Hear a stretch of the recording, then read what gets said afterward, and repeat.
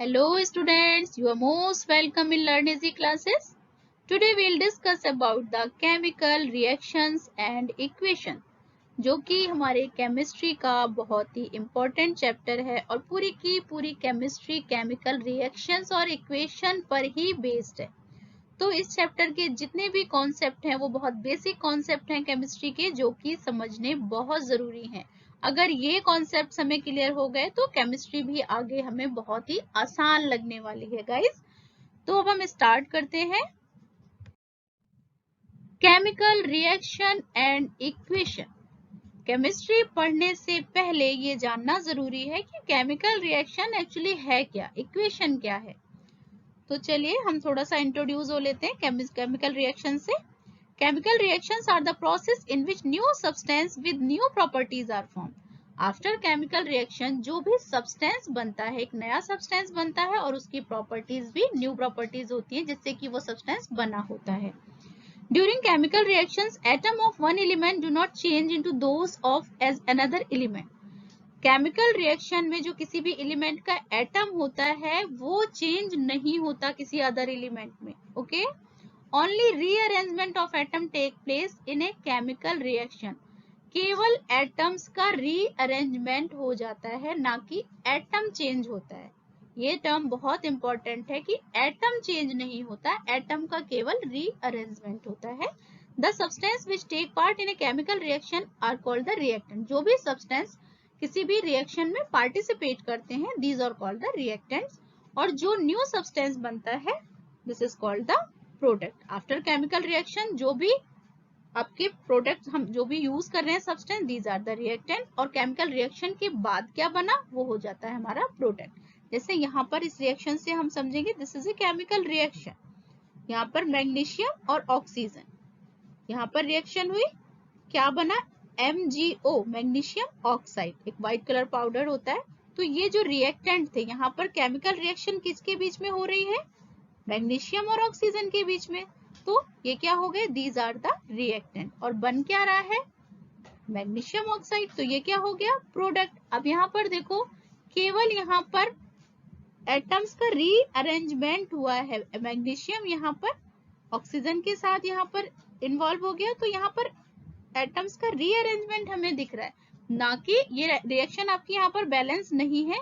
आगे मैं आपको अभी बैलेंस रिएक्शन बताऊंगी, ओके गाइस। तो यहाँ पर आगे हम समझेंगे कि रिएक्शन को बैलेंस कैसे करना है, बट यहाँ पर केवल हमें ये समझना है कि केमिकल रिएक्शन क्या है। दीज आर द रिएक्टेंट और यहाँ पर हो गए ये प्रोडक्ट, ओके। तो जो भी रिएक्टेंट होते हैं आफ्टर केमिकल रिएक्शन जो बन जाता है वो प्रोडक्ट बन जाता है। और केमिकल रिएक्शंस में हम सिंबल्स यूज करते हैं एलिमेंट के, ओके। और उसके बाद जो प्रोडक्ट बनता है उसको हम यहाँ पर इस तरीके से मेंशन कर देते हैं। Characteristic of chemical reactions. Chemical reaction के क्या क्या कैरेक्टरिस्टिक फीचर्स होते हैं। The conversion of reactant into product is called in a chemical reaction is often accompanied by the some features which can be observed easily. Chemical reaction अगर हो रही है तो बहुत सारे कुछ ऐसे ऑब्जर्वेशन होते हैं जिनको हम इजीली देख सकते हैं। वो क्या क्या फीचर्स होते हैं जो केमिकल रिएक्शंस में हम ऑब्जर्व कर सकते हैं, these are called the characteristic feature of chemical reactions. Evolution of gas. कोई भी केमिकल रिएक्शन होती है तो कई बार उसमें गैसेस इवॉल्व होती हैं। फॉर्मेशन ऑफ प्रेसिपिटेट, प्रेसिपिटेट भी बन सकता है। Change in colour during chemical reaction, जो रिएक्टेंट होते हैं उनके कलर भी चेंज हो जाते हैं। चेंज इन टेम्परेचर, टेम्परेचर में भी चेंजेस होते हैं। चेंज इन स्टेट, तो ये कुछ कैरेक्टर्स होते हैं जो कि हमें ड्यूरिंग केमिकल रिएक्शंस हम इनको ऑब्जर्व कर सकते हैं। तो ये जो कैरेक्टरिस्टिक होते हैं इनके थ्रू ही हम ये समझ पाते हैं कि हाँ यहाँ पर केमिकल रिएक्शन हो रही है, okay guys.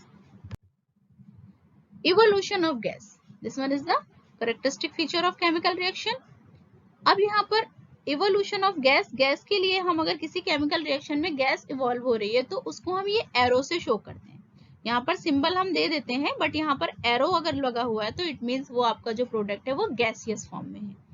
The chemical reaction between zinc and dilute sulphuric acid, this one is the zinc जो कि सॉलिड फेज में है, और यहाँ पर H2SO4 sulphuric acid, dilute sulphuric acid है क्योंकि यहाँ पर एक्वस हमने मेंशन किया हुआ है। ZnSO4 जिंक सल्फेट, ये भी एक्वस है, ये भी डाइल्यूट है। एक्वस का मतलब होता है कि वाटर में मिलाकर ये सॉल्यूशन बनाया गया है। H2SO4 को वाटर के साथ ऐड किया गया है और यहाँ पर जिंक सल्फेट को वाटर के साथ ऐड किया है, इसलिए हम इसको एक्वस सॉल्यूशन या डाइल्यूट सॉल्यूशन भी बोलते हैं। तो जिंक और सल्फ्यूरिक एसिड ये रिएक्टेंट हो गए और जब रिएक्शन हुई तो आफ्टर रिएक्शन क्या प्रोडक्ट बना, जिंक सल्फेट बना और यहाँ पर हाइड्रोजन गैस इवॉल्व हो गई। यहाँ पर देख रहे हो, एरो देख रहे हो और यहाँ पर सिंबल भी जी लिखा हुआ है, यानी कि यहाँ पर इस केमिकल रिएक्शन में गैस इवॉल्व हो रही है। दूसरी रिएक्शन हम यहाँ पर देख लेते हैं। White silver chloride turns grey in sunlight, this is due to the decomposition of silver chloride into silver and chlorine by light. Sunlight के थ्रू ये रिएक्शन कंप्लीट होती है। ये यहाँ पर silver chloride AgCl solid form में होता है, सनलाइट की प्रेजेंस में ये रिएक्शन कंप्लीट होती है और क्या बन जाता है, यहाँ पर सिल्वर एंड क्लोरीन बन जाती है। क्लोरीन जो होती है गैसियस फॉर्म में होती है और यहाँ पर सिल्वर जो होता है वो सॉलिड फॉर्म में होता है। तो गैस इवॉल्व हो रही है, इन दोनों रिएक्शंस में क्या हो रहा है, गैस इवॉल्व हो रही है। तो यहाँ पर ये रिएक्शंस आपकी केमिकल रिएक्शन का characteristic feature evolution of gas यहाँ पर ये शो हो रहा है। ठीक गाइस, अब हम देखते हैं किस तरीके से करेक्टरिस्टिक फीचर है प्रेसिपिटेट, फॉर्मेशन ऑफ प्रेसिपिटेट। ये भी एक करेक्टरिस्टिक फीचर होता है केमिकल रिएक्शन का। बहुत सारे केमिकल रिएक्शंस होती हैं जिसमें कि प्रेसिपिटेट बन जाता है ड्यूरिंग केमिकल रिएक्शन। तो अब हम ये जानेंगे कि एक्चुअली प्रेसिपिटेट क्या है। प्रेसिपिटेट एक सॉलिड प्रोडक्ट होता है जो कि सॉल्यूशन में यहाँ पर बेस में इकट्ठा हो जाता है, यहाँ पर इस जगह पर ऐसे आप देख पा रहे हो। ये आप यहाँ पर टेस्ट ट्यूब देख रहे हो, ये सॉल्यूशन है, सस्पेंशन सॉल्यूशन और उसके ट्रू सॉल्यूशन कोलाइड्स के बीच की जो कंडीशन होती है ये सस्पेंशन है, ये ट्रू सॉल्यूशन है। और थोड़ी देर के बाद क्या होता है कि जो अनसॉल्युबल पार्ट होता है, सॉलिड पार्ट, वो यहाँ पर बेस पे यहाँ पर डिपॉजिट हो जाता है। This is called the precipitate. Okay, so what is precipitate? A precipitate is a solid product which separates out from the solution during the chemical reaction. chemical reaction में जो solid अनसॉल्युबल पार्ट होता है वो separate हो जाता है और base पर डिपॉजिट हो जाता है। This is called the precipitate. इसे हम इजिली ऑब्जर्व करते हैं केमिकल रिएक्शन में।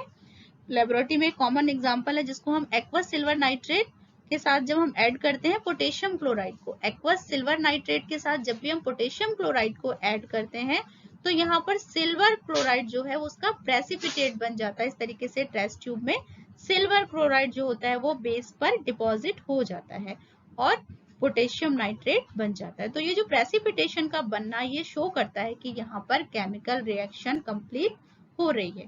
तो प्रेसिपिटेट भी आपका केमिकल रिएक्शन का कैरेक्टरिस्टिक फीचर होता है। So understand guys what is precipitate and what is the formation of precipitate. Change in colour, another characteristic feature of chemical reaction.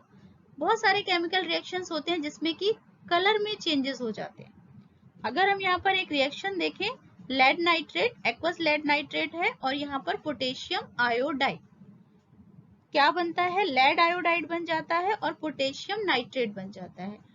यहाँ पर लेड नाइट्रेट एक्वस सॉल्यूशन था और potassium iodide है lead iodide और यहाँ पर बना पोटेशियम नाइट्रेट। इस रिएक्शन में क्या हो जाता है, जो कलर होता है वो कलरलेस ये सॉल्यूशन था और कलरलेस से कैसा हो गया, येलो।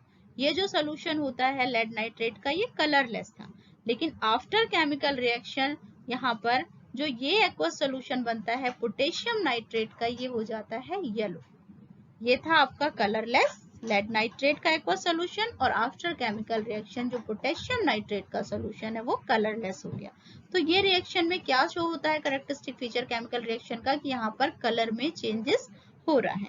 एक और हम केमिकल रिएक्शन यहाँ पर देखते हैं, the chemical reaction between citric acid and purple coloured potassium permanganate, KMnO4 होता है पोटेशियम परमैंगनेट। जब साइट्रिक एसिड के साथ हम पर्पल कलर का पोटेशियम परमैंगनेट सॉल्यूशन बनाते हैं तो जब उसके साथ साइट्रिक एसिड के साथ पर्पल कलर जो मिलाते हैं उसके बाद वो जो केमिकल रिएक्शन होती है, केमिकल रिएक्शन के बाद वो जो पर्पल से कलरलेस हो जाता है। जो पोटेशियम परमैंगनेट होता है वो पर्पल होता है, यहाँ पर देखो पर्पल, और उसके बाद ये हो जाएगा colourless.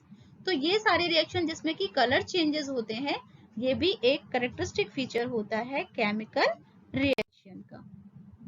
Change in temperature, during chemical reaction temperature में भी चेंज होता है। इसको भी हमें रिएक्शन के एग्जाम्पल के थ्रू देख सकते हैं।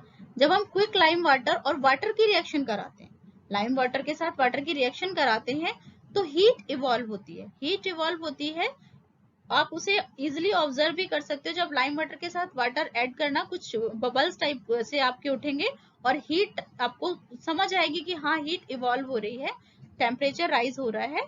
तो ये रिएक्शन हम इजिली घर पर भी देख सकते हैं।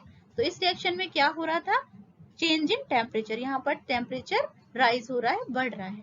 The chemical reaction between zinc granule and dilute sulphuric acid, इस रिएक्शन में भी जब जिंक की रिएक्शन कराते हैं डाइल्यूट सल्फ्यूरिक एसिड H2SO4 से, तब भी आपकी टेम्परेचर इंक्रीज होता है। तो ये टेम्परेचर का इंक्रीज और डिक्रीज होना भी केमिकल रिएक्शन का कैरेक्टरिस्टिक फीचर होता है। Next, change in state. किसी भी केमिकल रिएक्शन में जो भी रिएक्टेंट हमने यूज किए वो किस स्टेट में है, सॉलिड है, लिक्विड है या गैसेस है। और आफ्टर केमिकल रिएक्शन जब प्रोडक्ट बनते हैं तो उसकी स्टेट में, सॉलिड लिक्विड की जो स्टेट थी रिएक्टेंट की, उनकी स्टेट में भी चेंज हो जाता है। उनकी यानी कि जो फिजिकल स्टेट है वो भी चेंज हो जाती है। The combustion reaction of candle wax. Candle wax कैसी होती है, सॉलिड में होती है। सबने मोमबत्ती देखी है, वैक्स सॉलिड होती है। जब मेल्ट होती है तो मॉल्टन जो वैक्स होता है वो लिक्विड फॉर्म में कन्वर्ट हो जाता है। जब मेल्ट होने के बाद किस तरह से हो जाती है, वो लिक्विड हो जाती है। And then produce carbon dioxide gas. अब जब हम उसको और जलाते हैं तो वो फाइनली किस में प्रोड्यूस हो जाती है, क्या प्रोडक्ट बन जाता है, कार्बन डाइऑक्साइड, जो कि गैसियस फॉर्म में हो जाता है। ओके, तो यहाँ पर जो रिएक्टेंट था वो सबसे पहले जो हमारी कैंडल वैक्स थी वो किस फॉर्म में थी, सॉलिड। सॉलिड से मेल्ट होकर चेंज हुई किस में, लिक्विड में। और उसके बाद फिर फर्दर जब टेम्परेचर, तब वो जलती रही, उसके बाद वापस वो किस में आ गई, गैसियस स्टेट में आ गई। यानी कि उसकी जो फिजिकल स्टेट थी वो सॉलिड से गैस में कन्वर्ट हो गई। तो ये रिएक्शन हमारी शो करती है कि solid to liquid and liquid to gaseous में चेंजेस हो जाते हैं। हम यहाँ पर एक और रिएक्शन देखते हैं। Ammonia gas reacts with hydrogen chloride gas to produce solid ammonium chloride. यहाँ पर ये अमोनिया NH3 गैसियस फॉर्म में है और ये हाइड्रोक्लोरिक एसिड के साथ रिएक्शन करता है। हाइड्रोक्लोरिक एसिड यहाँ पर गैसियस फॉर्म में है। रिएक्शन जब होता है तो क्या बन जाता है, NH4Cl। यहाँ पर ये क्या बना, अमोनियम क्लोराइड, जो कि सॉलिड फॉर्म में है। ओके गाइस, तो क्लियर हो गया यहाँ पर आपको कि यहाँ पर ये गैसियस से सॉलिड में चेंजेस हो रहा है, यानी कि फिजिकल स्टेट भी रिएक्टेंट की चेंज हो जाती है during chemical reaction. Okay guys, अब हम डिस्कस करते हैं केमिकल इक्वेशंस। केमिकल रिएक्शंस हमें समझ आई, केमिकल रिएक्शंस के कैरेक्टरिस्टिक फीचर हमने समझ लिए। अब हम देखते हैं केमिकल इक्वेशंस क्या होती हैं, क्योंकि हमारी पूरी की पूरी केमिस्ट्री केमिकल इक्वेशन पर बेस्ड होती है। ओके, केमिकल इक्वेशन यानी कि हमारी केमिस्ट्री की ABC। अगर केमिकल इक्वेशन, पूरी केमिस्ट्री का फंडा क्लियर हो जाएगा guys. The method of representing a chemical reaction with the help of symbols and formulae of the substance involved in it is known as the chemical equation. किसी भी chemical reaction को show करने के लिए हम जो भी सिंबल्स यूज करते हैं, जब जो भी सब्सटेंसेस के फॉर्मूले यूज करते हैं, ओके, तो जब हम रिएक्टेंट को उसके सिंबल्स के फॉर्म में लिखते हैं और प्रोडक्ट को भी उसके सिंबल्स के फॉर्म में, या फिर उसके कुछ एलिमेंट्स के सिंबल्स होते हैं, केमिकल फॉर्मूले होते हैं जो भी कंपाउंड्स के, सब्सटेंसेस के, उनको हम वहां पर यूज करते हैं। और उस तरीके से हम केमिकल रिएक्शंस को जब शो करते हैं तो उसे हम कहते हैं केमिकल इक्वेशन, जबकि हम फॉर्मूले और सिंबल्स को यूज करते हैं। यहाँ पर अब देखो, आप एग्जाम्पल के थ्रू बहुत आराम से समझ पाओगे। A+B मैंने लिया हुआ है, ये है रिएक्टेंट। ए सिंबल लिया है मैंने किसी एक सब्सटेंस के लिए, बी अनदर सब्सटेंस के लिए, और दीज आर द रिएक्टेंट जो कि केमिकल रिएक्शन में पार्टिसिपेट कर रहे हैं। और प्रोडक्ट क्या बना है आफ्टर केमिकल रिएक्शन, दो चीजें बनी, एक C बना और एक D बना।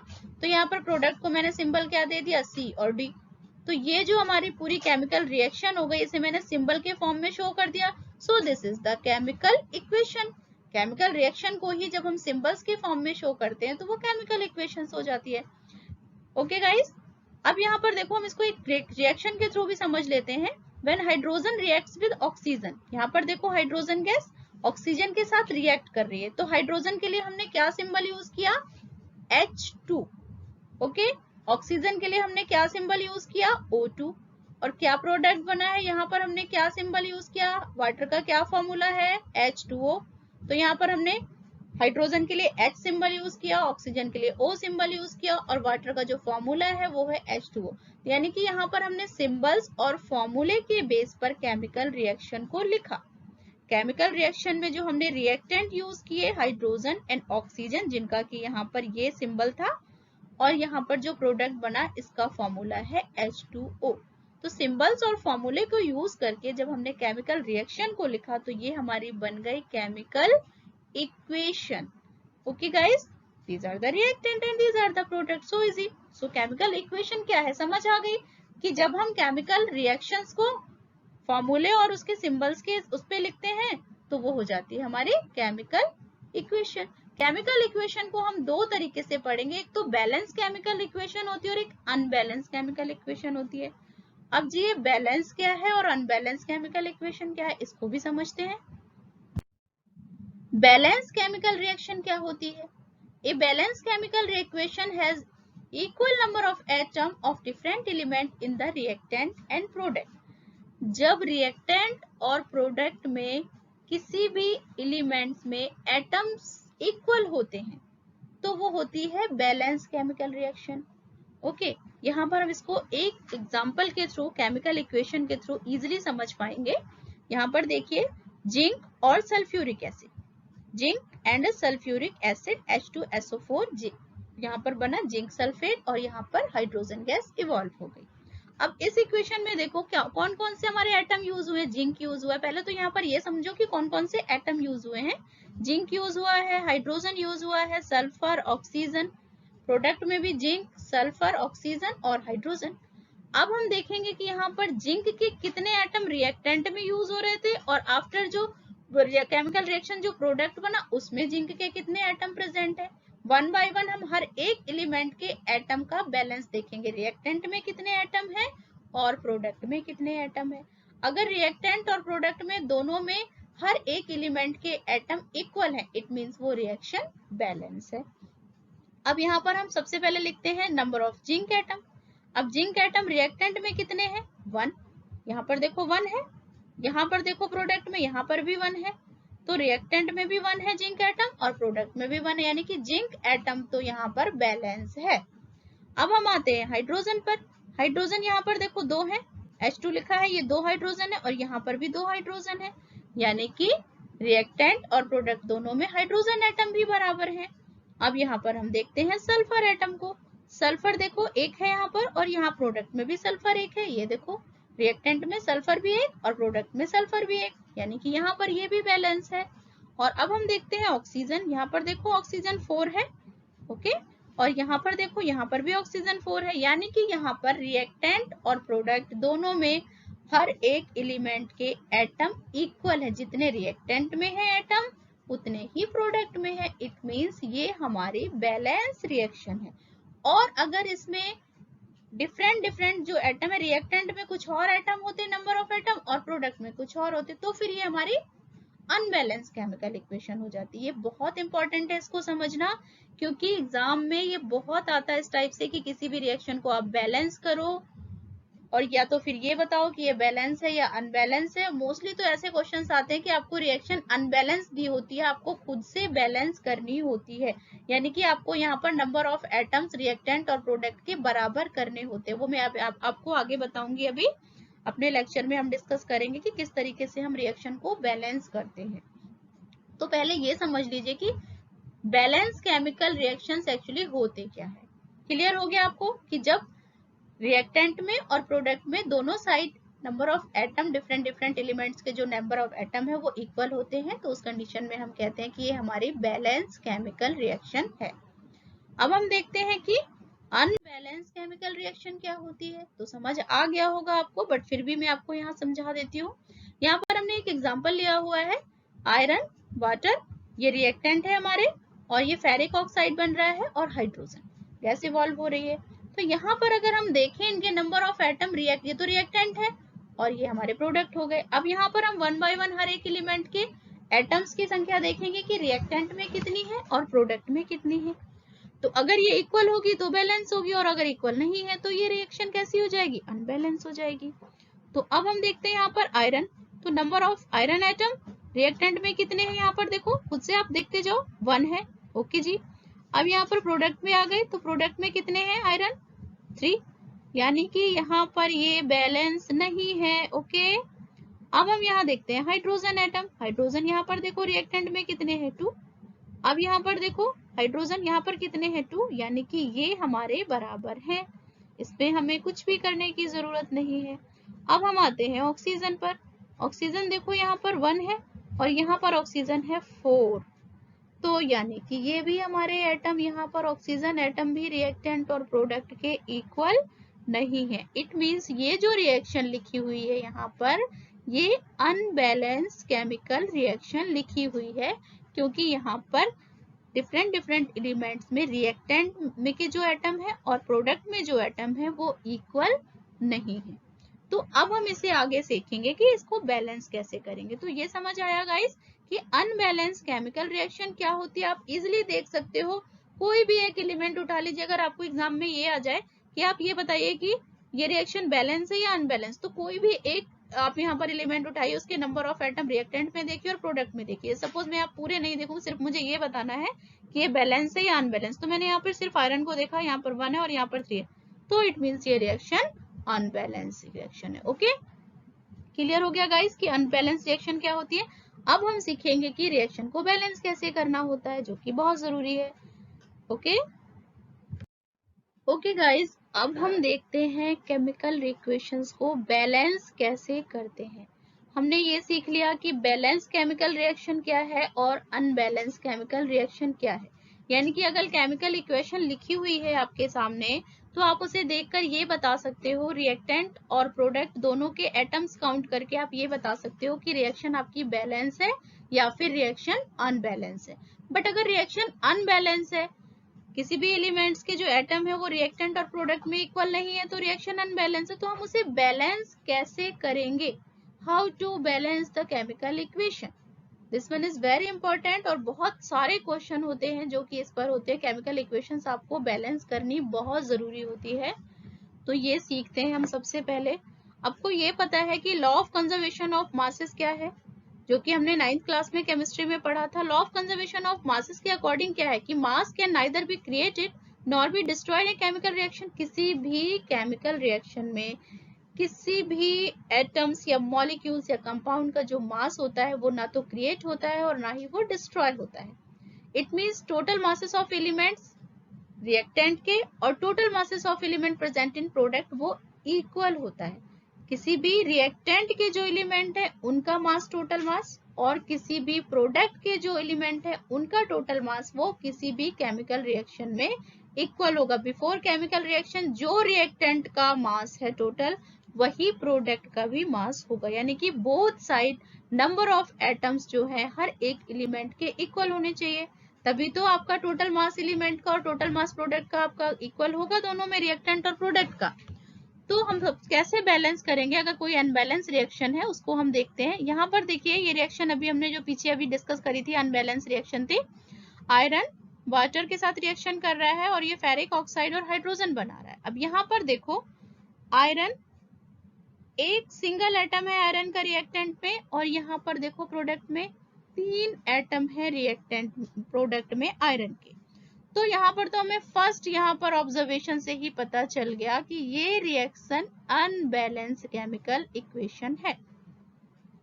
अब हम इसमें क्या क्या बैलेंस करना है, क्या क्या अनबैलेंस है, इसमें कौन से एटम जो है वो बैलेंस है और कौन से एटम अनबैलेंस है, पहले तो हमें ये देखना जरूरी होता है। फर्स्ट स्टेप हमारा ये होगा। तो हम यहाँ पर नंबर ऑफ एटम्स लिखते हैं सबसे पहले कि कौन कौन से एटम यूज हुए, यानी कि कौन कौन से एलिमेंट्स हमारे पार्टिसिपेट कर रहे हैं ड्यूरिंग केमिकल रिएक्शन में, रिएक्टेंट क्या है और प्रोडक्ट में। तो यहाँ पर आयरन, हाइड्रोजन और ऑक्सीजन, आयरन हाइड्रोजन ऑक्सीजन हमने मेंशन कर दिया। अब रिएक्टेंट में कितने कितने एटम पर्टिकुलर एलिमेंट्स के प्रेजेंट है रिएक्टेंट में। आयरन के कितने हैं 1, हाइड्रोजन के कितने हैं 2 और ऑक्सीजन के कितने हैं 1। यहाँ पर देखो हाइड्रोजन के 2, ऑक्सीजन का 1 और यहाँ पर आयरन का भी 1। अब हम यहाँ पर आते हैं प्रोडक्ट की तरफ। प्रोडक्ट में देखो आयरन के 3 थे, यहाँ पर देखो हमने यहाँ पर 3 मेंशन कर दिया। ऑक्सीजन के यहाँ पर 4 है, ऑक्सीजन का 4 मेंशन कर दिया, और हाइड्रोजन का कितना है यहाँ पर 2, तो हाइड्रोजन का भी हमने यहाँ पर मेंशन कर दिया। अब यहाँ पर देखो केवल हाइड्रोजन एटम ऐसा है यहाँ पर एलिमेंट जिसके की एटम रिएक्टेंट और प्रोडक्ट में इक्वल है, जबकि यहाँ पर आयरन और ऑक्सीजन के जो एटम है रिएक्टेंट और प्रोडक्ट में इक्वल नहीं है। So we need to balance it. Okay, तभी तो केमिकल रिएक्शन हमारी बैलेंस हो पाएगी। तो देखते हैं कि अब हम इसे बैलेंस कैसे करेंगे। अब इस रिएक्शन में सबसे पहले हम यहाँ पर देखते हैं बैलेंस क्या नहीं था हमारा, हाइड्रोजन यहाँ पर बैलेंस नहीं, तो सबसे पहले हम यहाँ पर ऑक्सीजन और हाइड्रोजन को देखते हैं। यहाँ पर देखो ऑक्सीजन के कितने एलिमेंट है, एटम है सॉरी, ऑक्सीजन में कितने एटम है 4, और यहाँ पर कितना था 1। तो हम इस साइड पहले ऑक्सीजन को बैलेंस कर लेते हैं रिएक्टेंट में, तो 4 से मल्टीप्लाई कर देंगे, पर वो जो मल्टीप्लाई होगा 4 से वो पूरे के पूरे इस मॉलिक्यूल में होगा, ना कि सिर्फ ऑक्सीजन एलिमेंट के साथ मल्टीप्लाई होगा, क्योंकि हाइड्रोजन ये वाटर H2O वाटर का फॉर्मूला है, और जो हम 4 मल्टीप्लाई करेंगे उसमें यहाँ पर हाइड्रोजन एटम से भी मल्टीप्लाई होगा और ऑक्सीजन एटम के साथ भी 4 मल्टीप्लाई होगा। ये चीज बहुत ध्यान से समझ लीजिएगा, क्योंकि हमें यहाँ पर बैलेंस तो हम ऑक्सीजन को कर रहे हैं, लेकिन ऑक्सीजन किसके साथ यहाँ पर किस कंपाउंड में इन्वॉल्व है, यहाँ पर ऑक्सीजन कहाँ पर है, वाटर में। तो जो 4 से मल्टीप्लाई होगा वो पूरे का पूरा ये मॉलिक्यूल मल्टीप्लाई होगा। तो ये चीज बहुत समझने वाली है। कई बार आपको कंफ्यूजन हो सकता है कि आप केवल ऑक्सीजन को मल्टीप्लाई कर दो और हाइड्रोजन को एज इट इज छोड़ दो। केमिकल रिएक्शन को जब बैलेंस करते हैं तो ये चीज एक बहुत माइन्यूट होती है, बहुत ध्यान से देखना। अब हमने यहाँ पर पूरे वाटर मॉलिक्यूल को 4 से मल्टीप्लाई कर दिया, बिकॉज हम चाह रहे थे कि यहाँ पर ऑक्सीजन के 4 हैं तो यहाँ पर भी ऑक्सीजन के 4 हो जाए। तो अब आगे देखते हैं कि क्या हुआ। अब यहाँ पर हमने ये लिखा Fe + 4H2O, Fe3O4, और यहाँ पर ध्यान से देखो कि यहाँ पर हाइड्रोजन के कितने हो गए, 4 2 जा 8। ये जो लोअर फिगर होता है यहाँ पर सब्सक्रिप्ट होती है यहाँ से, और जो ये हमने लिया इसको हम मल्टीप्लाई करके देखते हैं कि कितने एटम प्रेजेंट हो गए। तो 4 2 जा 8, यानी कि हाइड्रोजन तो अब 8 हो गया, और यहाँ पर हाइड्रोजन कितना है 2। तो अब हमें यहाँ पर भी हाइड्रोजन को 4 से मल्टीप्लाई करना पड़ेगा, तभी तो हाइड्रोजन प्रोडक्ट के और हाइड्रोजन यहाँ पर रिएक्टेंट के दोनों के हमारे कैसे होने चाहिए, 8 हो जाना चाहिए। यहाँ पर अगर हम मेंशन करें कि यहाँ पर देखो जो हमारा, ये देखो बहुत ध्यान से देखो, हाइड्रोजन 4 2 जा 8 हो गया, तो यहाँ पर 4 2 जा 8 हाइड्रोजन हो गए। और अब हम आते हैं यहाँ पर, देखो बच्चों यहाँ पर देखो, यहाँ पर भी 4 2 जा 8 हाइड्रोजन 8 हो गया, और ऑक्सीजन यहाँ पर देखो 4 हो गया, 4 1 जा, यहाँ पर 4 ऑक्सीजन हो गया एटम, और यहाँ पर भी 4 एटम हो गए। अब बच क्या गया, अब बचा यहाँ पर आयरन। आयरन यहाँ पर 3 है और यहाँ पर है 3। तो हम क्या करेंगे, सिंपली यहाँ पर 3 से आयरन को मल्टीप्लाई कर दिया। तो यहाँ पर देखो, यहाँ पर भी आयरन प्रोडक्ट में कितने हो गए, 3 हो गए, और यहाँ पर कितने हमारे आयरन हो गए टोटल, यहाँ पर अगर हम देखते हैं तो 3 हो गए, यानी कि रिएक्टेंट और प्रोडक्ट दोनों में आयरन एटम हमारे सेम हो गए। अब हम 1 बाय 1 देखें अगर, तो देखो हाइड्रोजन भी 4 2 जा 8, इस तरफ भी रिएक्टेंट में भी 8 हो गए और यहाँ पर प्रोडक्ट में भी 8 हो गए। ऑक्सीजन देखो, ऑक्सीजन 4 हो गया और यहाँ पर प्रोडक्ट में भी 4 हो गया ऑक्सीजन, यानी कि हमारे जो भी 3 एलिमेंट के आयरन, हाइड्रोजन और ऑक्सीजन रिएक्टेंट के एटम, और यहाँ पर प्रोडक्ट में ये तीनों एलिमेंट्स के एटम हमारे इक्वल हो गए। इट मींस ये जो हमारी रिएक्शन थी वो रिएक्शन कैसी हो गई, हमारी रिएक्शन बैलेंस रिएक्शन हो गई। और बैलेंस रिएक्शन को हमने यहाँ पर कैसे लिखा, 3Fe, क्योंकि हमने यहाँ पर 3 से Fe को मल्टीप्लाई किया था आयरन को, तो 3Fe, और यहाँ पर हमने किससे मल्टीप्लाई किया था, 4 से, तो 4H2O हो गया।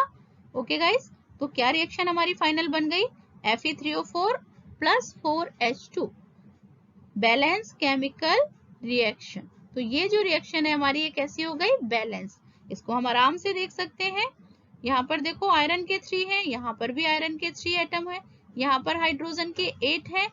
ओके, हाइड्रोजन के यहाँ पर देखो 8 है एटम, 4 2 जा 8, और यहाँ पर भी देखो हाइड्रोजन के कितने हो गए, 8 हो गए, तो यानी कि ये भी बैलेंस हो गया। यहाँ पर हमने अगर देखा था आयरन को, तो आयरन को देखो 3, और यहाँ पर देखो आयरन को, यहाँ पर भी आयरन हो गया हमारा 3, इक्वल हो गया, और यहाँ पर ऑक्सीजन हमें नजर आ रही है कि 4 है और यहाँ पर ऑक्सीजन 4 है, यानी कि रिएक्टेंट के एटम और प्रोडक्ट में किसी भी एलिमेंट के एटम इक्वल हो गए और ये हमारी केमिकल रिएक्शन कैसी हो गई, बैलेंस हो गई। तो इस तरीके से किसी भी केमिकल रिएक्शन को हम बैलेंस कर लेते हैं। बहुत सारे केमिकल रिएक्शंस हैं बैलेंस करने के लिए, बट मैं आपको यहाँ पर बहुत थोड़े से कुछ केमिकल रिएक्शन गाइस, मैंने यहाँ पर कुछ केमिकल इक्वेशंस दे रखी हैं जो कि अनबैलेंस है। ओके, ये आपको केमिकल इक्वेशन बैलेंस करनी है खुद से। केमिकल इक्वेशन के पार्ट सेकंड में मैं इसका सॉल्यूशन दूंगी गाइस, तो पहले आप खुद से बैलेंस करिए और उसके बाद जो सॉल्यूशन मैं पार्ट 2 में दूंगी उससे आप सेल्फ को इवेल्युएट कर सकोगे कि आपने कितना सही बैलेंस किया और कितना आपसे मिस्टेक हुई। और अगर कोई डाउट हो तो प्लीज मुझे कमेंट सेक्शन में कमेंट करके पूछ सकते हैं।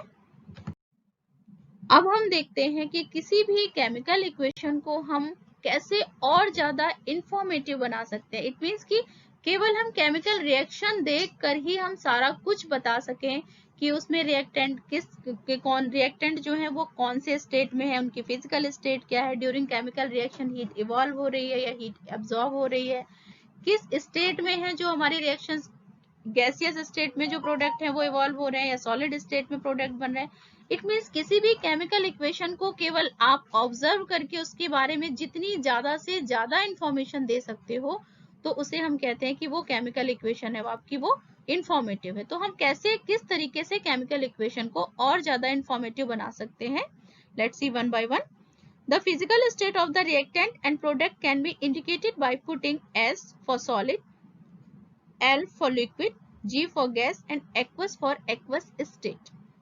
ये आपको यहाँ पर सिंबल लिखे हुए किसी भी केमिकल इक्वेशन में जो रिएक्टेंट की फिजिकल स्टेट है और प्रोडक्ट की फिजिकल स्टेट है, जो भी हो सकती है, solid, liquid, gas, aqueous solution जो भी है, तो उसे हम इस तरीके से मेंशन कर देते हैं। जैसे यहाँ पर जिंक के लिए सॉलिड यहाँ पर मेंशन किया, यानी कि जो जिंक है रिएक्टेंट है और वो सॉलिड स्टेट में है। यहाँ पर H2SO4 सल्फ्यूरिक एसिड एक्वस यानी कि डाइल्यूट सल्फ्यूरिक एसिड है। जिंक सल्फेट बना है एक्वस यानी कि यहाँ पर ये भी लिक्विड है, डाइल्यूट है, और यहाँ पर H2 गैस इवॉल्व हुई है, हाइड्रोजन गैस, तो ये गैसियस फॉर्म में है। तो इस इक्वेशन को देखकर हमें इसके रिएक्टेंट और प्रोडक्ट की फिजिकल स्टेट के बारे में पता चल पा रहा है। अब हमें केवल, लेकिन इस रिएक्शन में हमें केवल फिजिकल स्टेट पता चल रही है, किन सर्कमस्टेंसेस में ये रिएक्शन कंप्लीट हो रही है ये अभी हमें क्लियर नहीं है। इट मींस अभी ये रिएक्शन इतनी ज्यादा इंफॉर्मेटिव नहीं है, केवल हम फिजिकल स्टेट बता पा रहे हैं, बाकी इस रिएक्शन में हीट इवॉल्व हो रही है, हीट एब्जॉर्ब हो रही है, ये भी डिस्कस नहीं कर पा रहे।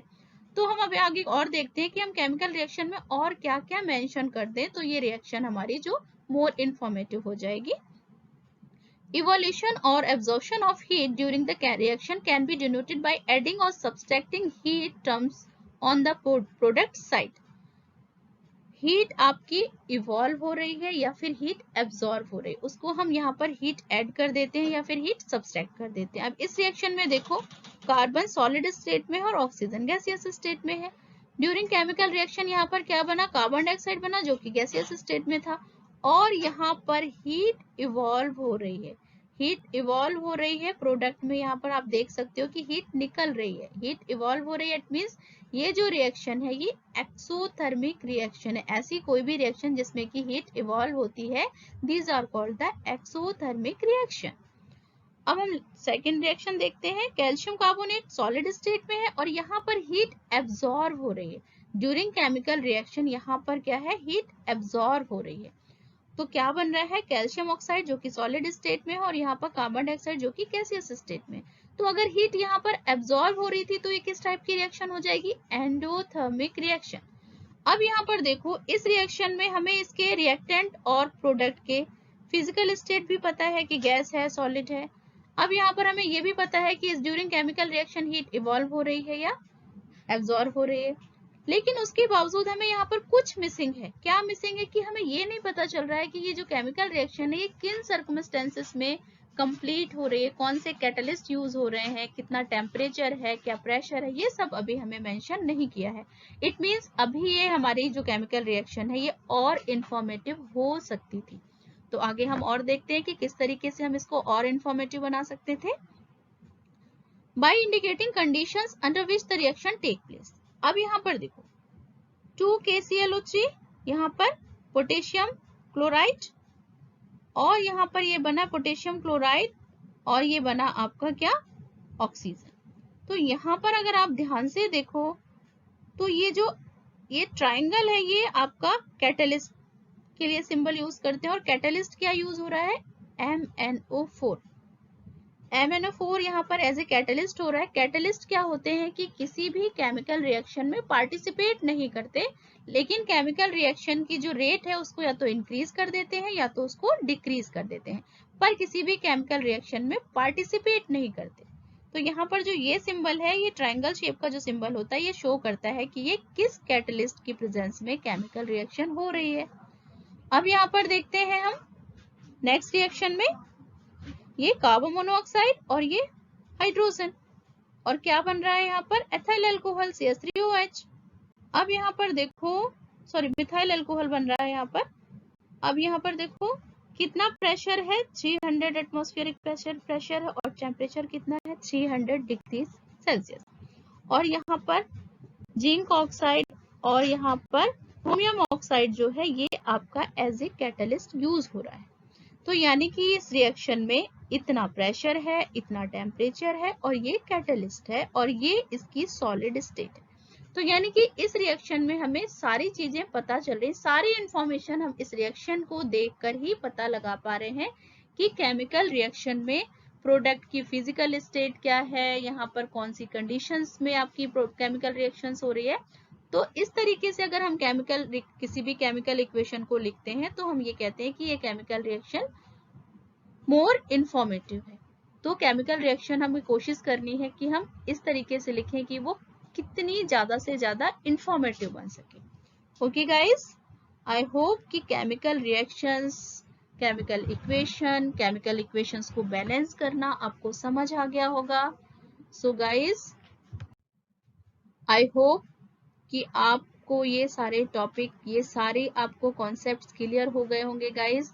सो प्लीज आपको जो मैंने अभी प्रैक्टिस शीट दी है उसको कंप्लीट कर लीजिएगा, and subscribe my channel, okay guys, so that कि कोई भी लेक्चर आपका मिस ना हो, and press the bell icon also. Okay guys, so we'll meet in next lecture. Bye bye.